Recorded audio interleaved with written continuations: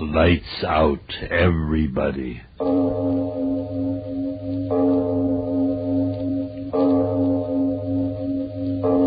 It is later than you think.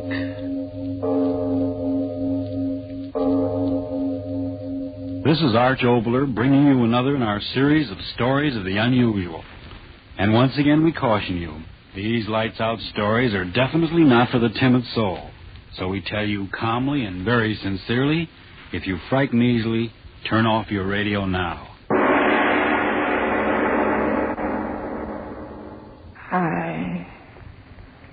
I know. It's dying I am, Father Donahue. And old as I am, I'm not ready to die until... come closer, Father, and hear my miserable confession. You know me as a good woman of the village. Yet I've heard what you say. There's no finer old woman in all the islands than the widow Danelle. But that's not so, Father Donahue. And if I'm to meet all my old friends in the island of paradise, then hear me out and pray for me. You know my sons, Thomas and Paddy, born on the same cold winter's night they were. And the firstborn, Thomas, was as good as an angel in paradise.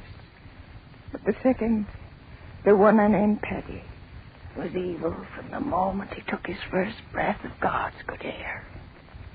It was Thomas that carried the load of the family on his back, fishing from early to late.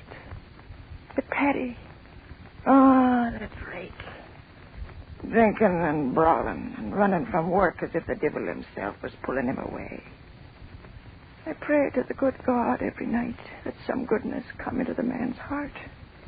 But with every year he grew worse, stealing what his crooked tongue couldn't talk away from honest men. But his brother Thomas, he repaid me for all the trouble. A good boy. And when it came to me with the word that he was to marry Eileen, the heart in me sang, for the good God always meant for the two of them to be together. How I remember the day of the wedding. The sun shining, and the sky and the sea smooth as a baby's cheek. I was so happy, little knowing of the horror of what was to come. It was a happy morning. So happy. Listen to the mother. Did you ever hear a happier sound in all creation? Why shouldn't they be happy, Thomas? It's not every day that such a blessed marriage comes in the island. The prettiest girl in all the Blaskets waiting to be your bride as soon as the sun starts setting. My bride? Mother, that's a grand word. I'm happy for you, my son. I wonder where Paddy can be. Paddy? Yes, he isn't around. Do you know where he is? That rake. It'll be a better wedding without him. Oh, now, Mother, don't say things like that. After all, he's your son and my brother. I've got a sorrow in my heart as he's drinking and brawling. Paddy, you did come. Speak of it, Gibbon. And why shouldn't I be here? There's an honest stranger that are welcome at your wedding. Oh, no, Paddy, that's not the way to talk. There's food and drink and... No, wait a minute. I've got more important things to do than to be filling me belly. Listen to me, Brother Thomas. Is your head that full of weddings that it can't see the chance of making us all richer than a Yankee? What do you mean? Yes, speak up, Paddy. What devilment are you up to now? Devilment nothing. It's honest money I'm talking about. And may the next pipes and tobacco be at me on wake if I'm not telling you the truth. I'm listening, Paddy. Let's hear what you have to say. Do you remember the hulk of a ship that was wrecked off in East Nabro a bit ago? Well? Well, I went there yesterday to see if there was anything worth having. Listen to me, brother. In the bottom of a pool no deeper than this room is lying enough bolts of copper and brass to make you and me the richest men on the island. What? You can believe there is. Wouldn't you rather bring the bride a pocketbook filled with gold sovereigns than the empty leather you've got now? But, Paddy, I... wish you, Mother. You talk to the men. But if it's in the sea, it'll wait until after the wedding. Wait, will it? And with those Inish boats sailing all around the place, I tell you it's now or never. And may my sword to the devil if I'm not saying true words. Thomas, it would be nice to have a bit of money in the house. Yes? Well, then what are you waiting for? You've got a boat big enough to handle the stuff, and I'll be there to help you. And in 3 hours you can be back here dancing. It's Eileen. Let her have the word whether you stay or go. Stay or go where, Mother Danelle? What's going on, Thomas? Well, You see, Eileen... Ah, you're the day short. Let me say it. Eileen, there's a fortune in brass and copper bolts waiting for us in water no deeper than a man's neck, over off Innisnabro. And Tommy here thinks you'd be fool enough to say no to his going. But must he go now? The sea doesn't wait. He'd be back in 3 hours, Eileen. I just think, Eileen, you'd have it just for every day of the week. Thomas, do you want to go? We could build a new house with the money. Mother Danelle, do you think Thomas should go now? I mean, with all them out there? Well, we're so poor, and Thomas, young as he is, so worn and weary from work. Maybe this is God's blessing, a gift from heaven for putting our faith in him who watches over all of us. God's blessing is right. £100. And we'll be the kings of the island. Come on now. We can take the side path down the cliff. Wait, brother. Eileen, is it your wish? I'd be a poor wife to you, Thomas, if I stood in your way of making a living before our marriage. My darling. Ah, there'll be time enough for that now when we get back. Come on, Thomas. Let's get out of here. Hurry back to me, my dearest. The sea will take me to our good fortune, and the sea will bring me back. Out this way, Thomas. Come on, hurry up. Yeah, I'm coming. Until the wedding, darling. God go with you. Thomas! Yes, yes. I'll be back in 3 hours, Mother. As rich as a Yankee. Bye. Oh, Eileen. Oh, little baby, why should you cry? Thomas has plowed the sea so many times. Why should you cry this time? Mother Danelle, I'm frightened. Frightened? And tell me, why should you be frightened? I don't know, but when that door closed behind him, it seemed as if the waters of the sea were closing over. Oh, Mother Danelle, hold me close. I'm so afraid. And soon, Father Donahue, Eileen and I left the dancing and the fiddling behind and climbed the long path up to the top of the cliff so our eyes could see far out over the water. And all the time, Eileen kept crying that she'd never see Thomas again. That she'd never see Thomas again. Oh, Thomas. Oh, stop crying and saying the things you're saying, girl. It's tempting the devil to do his evil work. Oh, I haven't climbed this path for a minute. It's a little too steep for me old bones. Thomas, where are you? Oh, now stop that, girl. Our Thomas has found so much copper and brass, it's taken him longer than he thought. Oh, Thomas wouldn't come back like he would. Oh, well, Paddy would if there was a shilling extra to be made, and he talked Thomas into it with that sharp tongue of his. The last tip. I know we'll see them. They're both way down with good fortune. Eileen, stay away from the edge. You'll go over the cliff. Oh, Mother Danelle, to the west. What? To the west where they went. The water. Oh, Mother, that wind. Where did it come from? Oh, to the west where he was. But in all my years, such a wind has never been before. The water. Look at it swirling and tossing before the wind. It's dead. No. My Thomas dead. No. Dead. Stop saying that. It's not dead, my Thomas. Eileen, come back here. Come back from here. Oh, that was a time, Father Donahue. The wind grew wilder and wilder. In a minute, the sea was pounding at the base of the cliff. And the girl shrieking she wanted to die with Thomas. And me frightened her back from the edge and praying to the good God to give me old arms the strength to hold her back until she came to her senses. None of us got a wink of sleep till the light of morning. Oh, that wind. I can hear it now. Snarling and talking.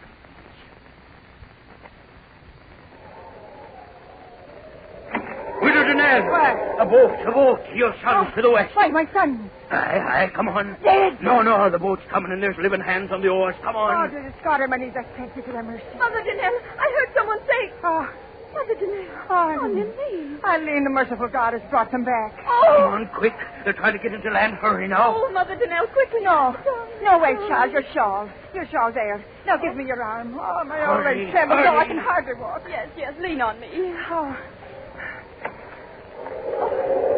Hurry. Mother yes, I'm moving fast as I can. It's hard. It's hard to get against this wind. Danelle. When let him live. You bless it for the life of one. And I bless it for the life of two.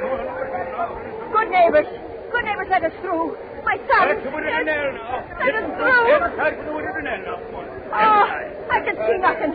The waves in the dark. Eileen, do you see? Oh, yes, Mother Danelle. I see them. I see.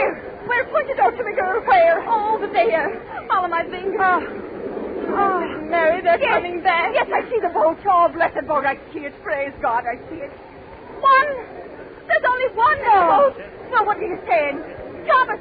Teddy! Mother, Kate, come back! The waves! The bird's right. There's only one in the boat. Wait! The boat's in! Thomas! Oh, no.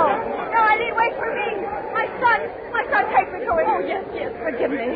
Come, I'll help you. Ah, good girl, Eddie, good girl. Oh, which one?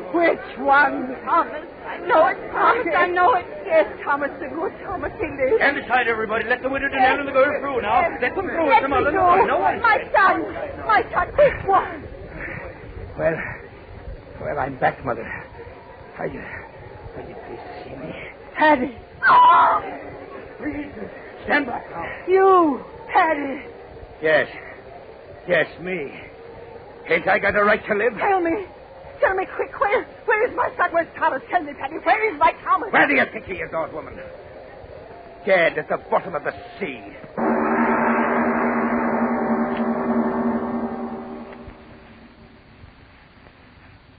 Aye, Father Donahue. That was what he told me. My good Thomas was dead at the bottom of the sea. Dead. The good Thomas dead, and Paddy the evil one alive. Oh, it wasn't right, Father. And in the days and nights that followed, I cried to God, why did you do it? Why?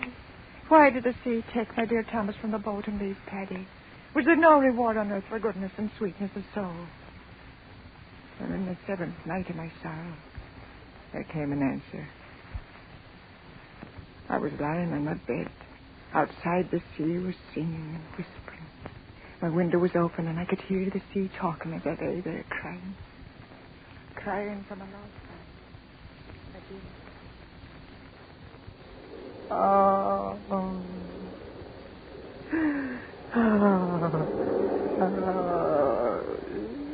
Do not cry, Mother. Mother. I heard a voice. You heard me, Mother. Thomas's voice. Oh, no. No, it's some wildness in my weary head. Mother, I am so weary. You must listen. Oh, dearest God. Why do you do this to me? My son is dead. Dead in the sea. Why do you bring me the memory of his voice? Mother, believe me. If I could only see you, I would believe. Oh, no. The horror the sea made of me. Wind and wave and grinding rock against my flesh. Oh, I wouldn't care, my son. Just let me see that it is you, not my own voice speaking in the head. Oh, Mother, you don't know what you ask. But if there is no other way, close your eyes until I give you a word to open them. I've closed them. Now open, Mother, and have no fear. I beg you. Oh. This was Thomas.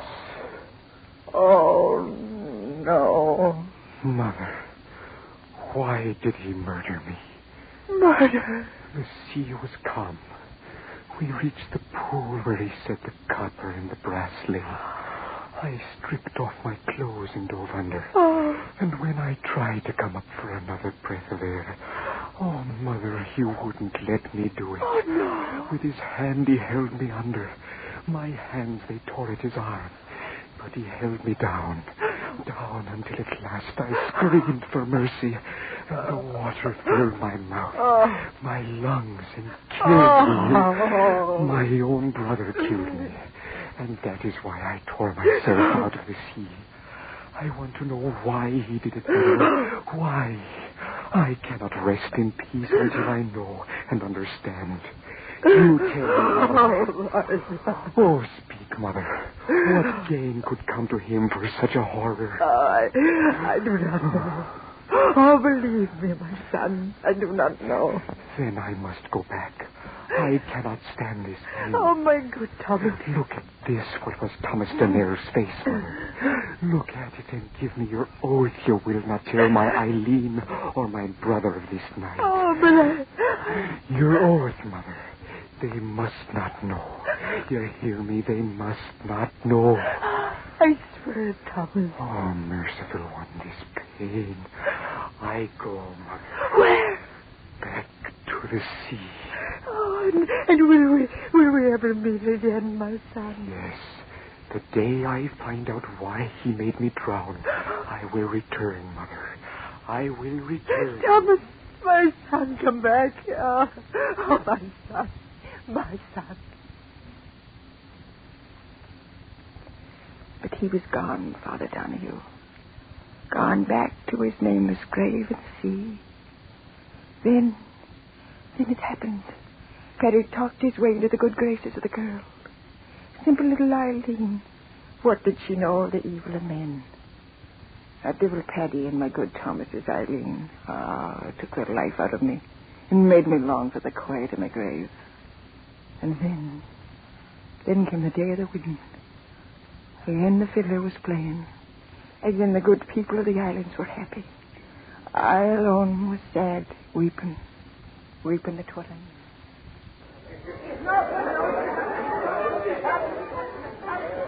Oh, Mother Danelle, why do you sit here apart from all the rest and weep? I'm not weeping, girl. For weeks you've been so sad. Can't you find a little joy in your heart for this day of my marriage to your own son? My son. Well, I do not love him as I did dear Thomas. May he rest in peace. But Thomas himself told Paddy that if he died, he wished that Paddy'd care for me.